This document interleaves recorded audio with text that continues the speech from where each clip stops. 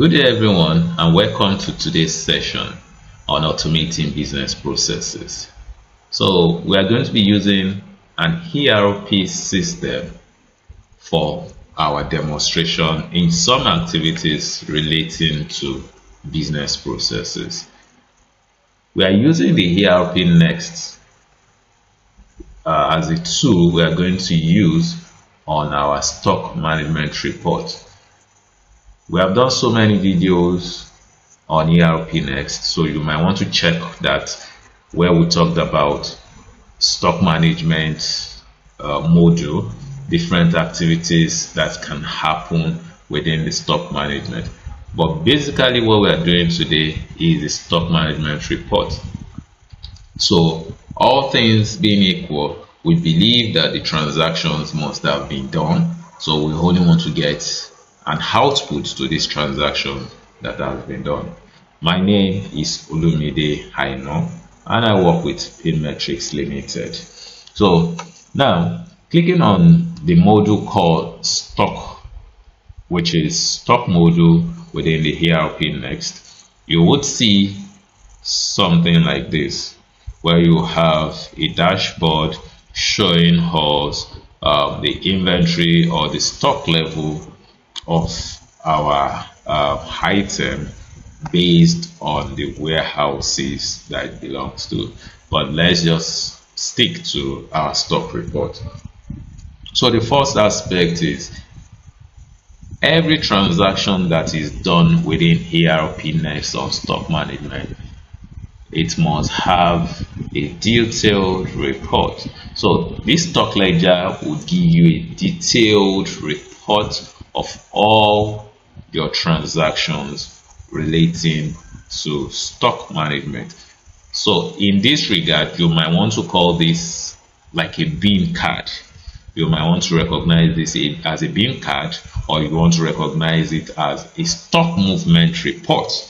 So this will show you the date the transaction was done, the item code, the item name, the unit of measure, then quantity in, quantity out, the accumulated balance, the document that was used in generating that particular transaction, and the warehouses and all that. So every detail.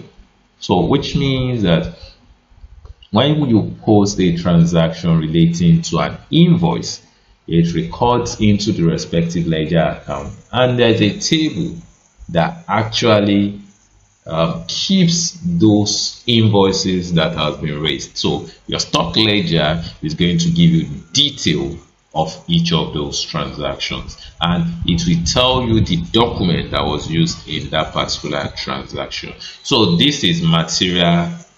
This serves as material issue, material transfer, material anything. This is just a document numbering, and this was the way the sequence was done. This sequence can be modified in any regard, but for this purpose, what we are looking at is just how this report looks like. So you are going to get the report, you are going to get the balance. So if you look at this aspect, you will not see a value on it. So this is supposed, this aspect will not show you the value on it, but if you scroll down like this, then whatever value you want to get, you will get it in this regard. So this will give you also a valuation report in detail. So this will give you, so these dates can actually be changed. So you can filter by dates, you can filter by company, you can filter by warehouse, you can filter by item, and all other filtrations that have been listed there. And each of these will also be identified on the column of the report. So that is that about our stock ledger. So let's go back and check the next report. While this gives us details or the movement of our stock, this gives us a balance. So you might want to recognize this as the stock valuation report itself. So this might be recognized as stock valuation report within the ERPNext. So this will give you the warehouse this item belongs to. It will also show you the quantity, then it will give you a balanced valuation of your stock. So if you look at this, you will see that this is just giving a balance, so it's not giving a detail of what. So if you want to look at what made up whatever balance that is here, it means you have to use a stock ledger for that purpose. So that is the essence of this report as well. So this will show you the total quantity here, the total quantity, how the value that regards the company and the warehouses that it belongs to. So that is that about our stock balance report. And I think we have some like stock projected quantity. Yes. So you have on this report the same thing: code, item name, description, group, warehouse, then actual quantity and other things. So actual quantity means that the quantity that can be used for the new transaction that you want to do, whether you want to do a material issue, you want to do a material transfer, you want to do production. So it means that you can use this item here. Now for planned quantity is actually different from this. Planned quantity might comes in form of what's it called, if you had made some material planning when you are into production and you want to make some kind of planning on some quantity, it doesn't mean that this will be utilized. No. Now requested quantity means that if you are using the material requisition document and that has been raised, it means that this particular field is going to be updated. It's going to be updated based on the item that has been selected and warehoused. So it means there is a request that has been done, a need for a particular material. So all your requested quantity is being updated here. Now ordered quantity, here you might have quantity that has gone through a PO.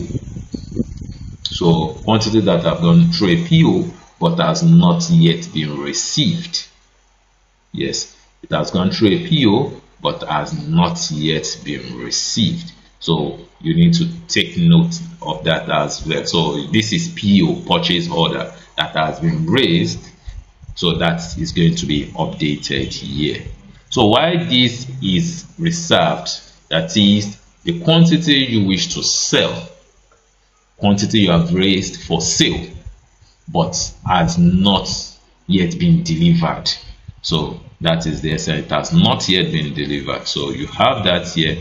Then what else? So you have reserved for different things. Let me see. I think you have reserved for quantity. Yeah, so this is more of like sales. So this is for sales. Why this is for production? Yes, quantity that has been reserved for production. Maybe a work order that has been raised. So that is what it's going to give to you. Why this? This is reserved for production plan and all that. So you see different reserve for subcontracting. You see different reserved here as well. Yeah, this is for POS transaction. So imagine a POS that has been raised, transactions done through the POS module. That is the point of sales module, and the shift has not been closed, or end of day transaction has not been closed. So because it is when it is closed that it is updated into the ledger account, but it still reserves those stock that has gone through the POS transactions. So that is that. Then projected quantity. So projected quantity is more like you say your actual quantity, your actual quantity, your ordered quantity minus your reserve is what we give you. Yeah. So the system is only using this to project for maybe for reorder level purposes. So That is the essence of this. Then reorder level, if you have set your reorder level, is also being done on this. Then that's the level, while this is the quantity. So if there's any shortage, also it's been recognized. So that is the essence of this.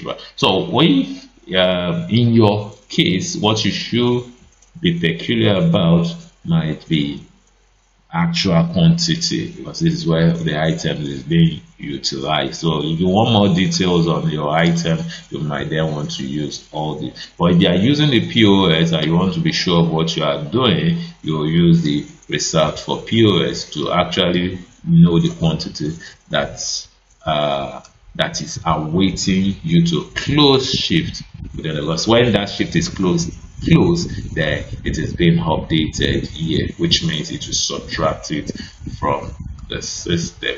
Then what else? I think those are just it. So let me go back to this. So that's for the projected quantity. So for stock summary will just give you a picture of how your item looks like. That's the quantity that you have at hand at the warehouse. So it gives you. So at this level also you can do some transactions, but let's leave that. We're not doing the transaction. It's only going to be showing you the quantity that you have at hand as well here. So I would advise you don't use this. So if you want to use this, just use this or this, or you use this to know your stock balance and all that. So stock aging, yeah, you have your stock, your actual quantity, and you wish that it is broken down into ages. That is when it was actually purchased onto the system up till today's date. So you want it to be able to analyze it based on different days range, 0 to 30, 31 to 60, 61 to 90, and thereabout. So maybe you want to know your stock your stock balance, your stock age, and maybe you want to make some kind of decisions on it. So you might see that there are some items that has been raised within the system that shows 0 to 30. This is the age of each of them. So this is available quantity. So by the time you sum all this up, this to this period, it should give us this. So this is that about our age, stock aging analysis.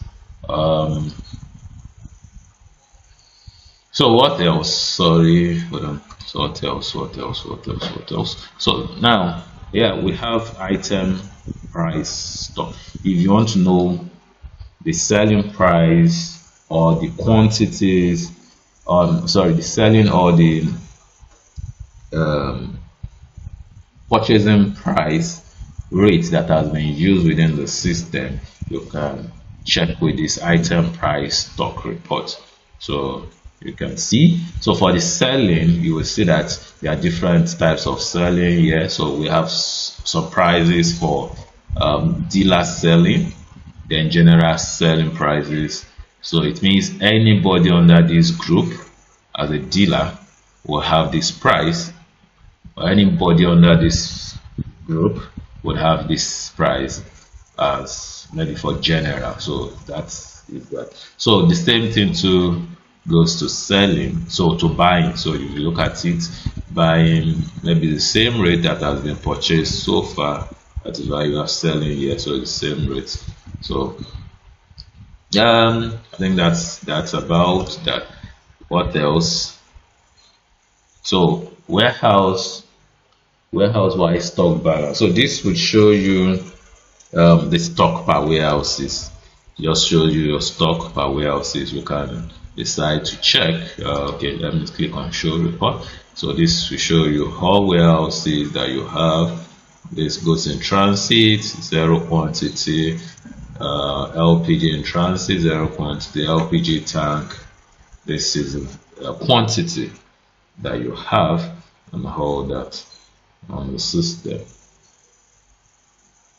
So this is the balance that you have on the system. So if I go out of the system, let me check something again. Coming.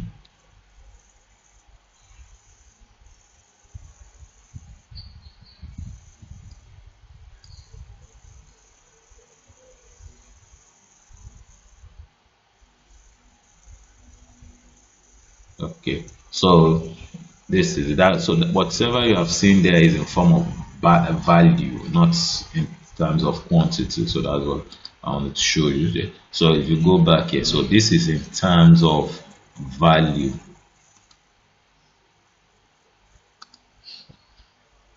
So this is in terms of value, so not in quantity. So moving on. So there's another report that is vital. We call that I think stock and accounts, stock and account value comparison.